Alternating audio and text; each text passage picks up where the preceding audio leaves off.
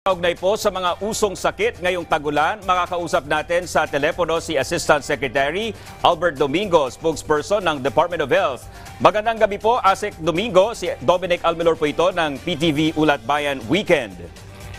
Magandang gabi, Dominic, at sa lahat na rin ng ating mga nakikinig at nanonood.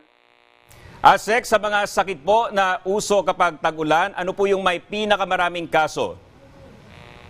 Ang nakikita natin talaga yung apat, yung wild nga na sinasabi, yung waterborne diseases, yung influenza-like illnesses, yung leptospirosis, and yung dengue.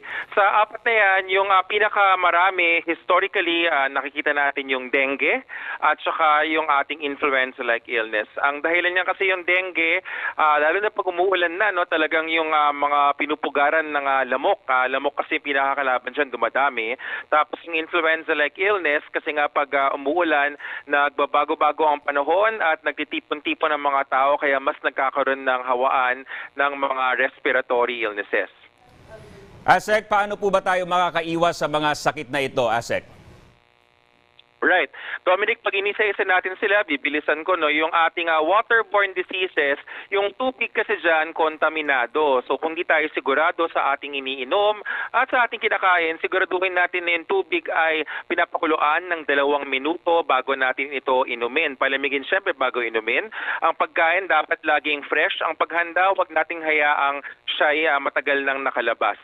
Yun namang letter I, yung influenza-like illnesses, ang pagsuot ng face mask voluntarily but properly is makakalaban talaga, makakaprotekta sa atin, at yung paghugas ng kamay at pagpili ng magandang daloy ng hangin. Yung letter L sa leptospirosis, huwag rin tayong lulusong sa baha. Kung hindi tayo makaiwas ay kumonsulta tayo sa mga doktor natin dahil meron silang mabibigay na anti-lepto. And then finally yung letter D, yung dengue, ang pinakadalawang main na preventive dyan is yung talagang search and destroy dun sa ating mga pugad ng lamok. Huwag nating hayaang naiipon yung tubig sa paligid, maglinis tayo. And magsuot rin tayo ng mga damit na natatakpan ng ating balat at gumamit tayo ng mga insect repellent lotions and sprays.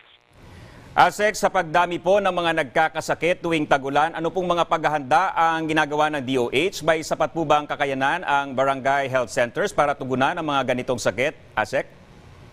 Tama yun, Dominic. Bagamat ang mga barangay health center ay hindi under DOH, ginagabayan sila ng ating DOH through the local, provincial, and the city health offices.